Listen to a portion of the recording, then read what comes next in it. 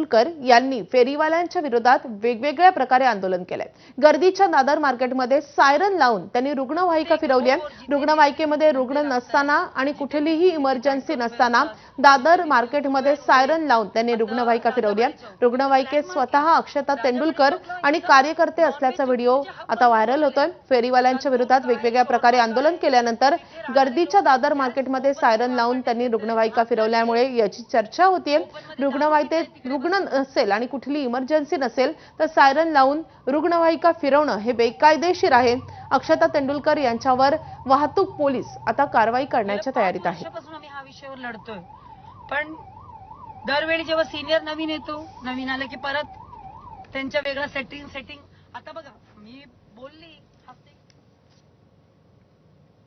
संत गजानन महाराजांच्या 148व्या प्रकट दिन उत्सवानिमित्त शेगावात लाखो भाविकांची मांदियाळी पाहायला मिळते। आज संत गजानन महाराजांचा प्रकट दिन सोहळा समाधी मंदिरात साजरा होतोय।